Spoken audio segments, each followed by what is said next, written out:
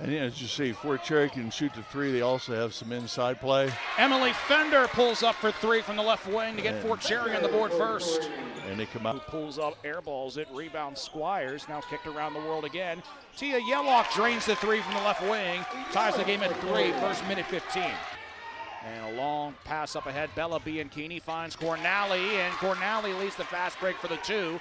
Fort Cherry doubling up at 6-3. 3 lost it on her ankle. And there she goes the ball again. Rolls into the hands of a Ranger. Now Bianchini comes out of the scrum. That's Gianna laying it up, no good. And cleaned up by Brooke Cornally on the other side of the rim. And just play pressure defense, get the ball out, and they got some people that can finish it. Yellock fakes the 3, swims her way on the right lane, lost it.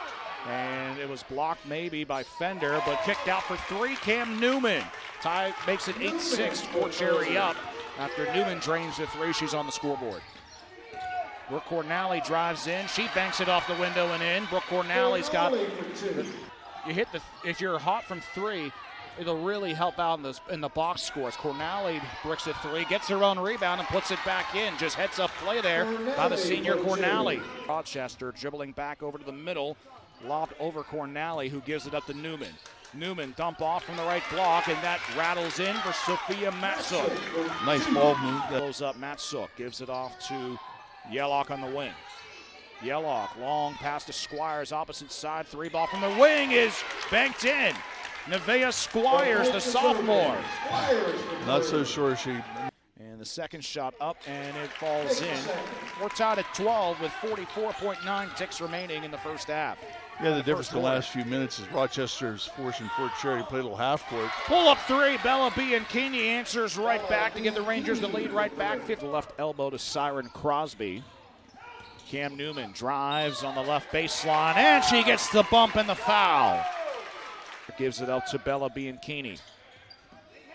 Bianchini's play catch. Now Gianna takes the 3 from the left wing, and Gianna Bianchini on the scoreboard. More importantly, though, Fort Cherry up by 5. Not too much happening inside, though. Cornally now takes the dribble drive. It was poked free by Tia Yellock as she got to the left elbow. Yellock swims her way inside the lane and takes it coast to coast on the steal and score.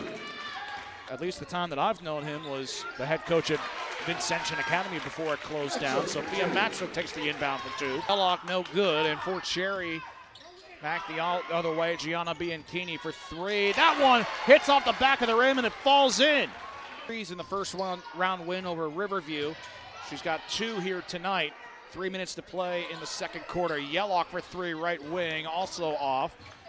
Cam Newman swirls in the rebound, and Newman goes into the key, off balance, and puts it up and in. Nice shot by the few. Have some players that can do something inside, but they're just not able to get it in there. As I say that. Brooke Cornally left all alone inside the key to easy down there, and was able to get the 2 with ease. As Yellock kicks out, here's Gemma Cisco draining the 3 from the left wing. Rochester back to deck, and she gets up, but Cornally the other way. 2-on-1, Cornally splits it, and she scores the layup. Give her a baker's dozen.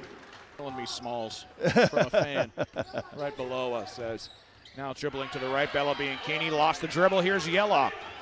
Both teams creating lots of turnovers in the second half. And it's Tia Yellock who gets our first field goal and ties the game at just 3. And the Rams and Rangers deadlocked at 26, 3.5 to go in the third.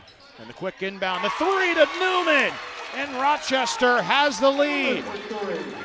To Cisco, keeps the possession alive. Here's Newman the other way. Newman off the backboard and in.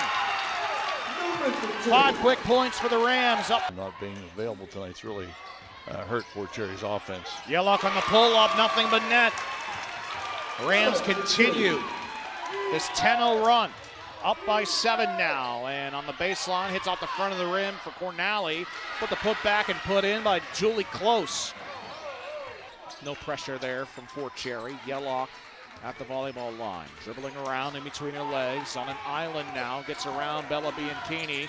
Yellock in between 4 defenders. How did Yellock get that one off? She swans that one in. At least in the start of the third, they had the right antidote. As the dump off down low from Fender is good to Julie Close.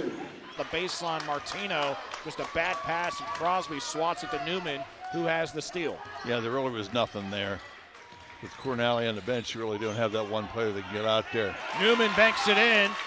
Back to an 8-point lead for Rochester. To Fender. And now it's Gianna Bianchini from the left elbow, just outside of that. The jumper is drained and a timeout taken. But you look at a situation like it goes from 6 to 4. Yellock on the pull-up left elbow. That is good. Tia Yellock, who checks in after.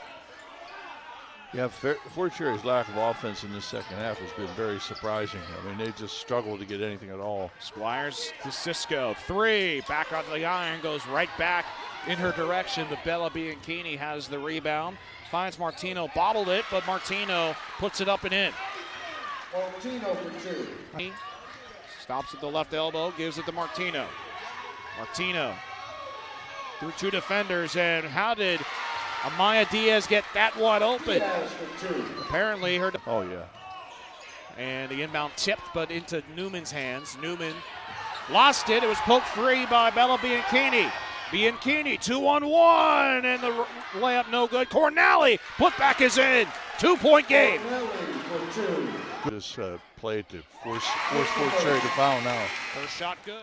Squires second shot good. Rochester up 43-39, and a offensive foul on Cornally. She bumped into Cam Newman as Bella Bianchini was coming up the floor, and Cornally's fouled out.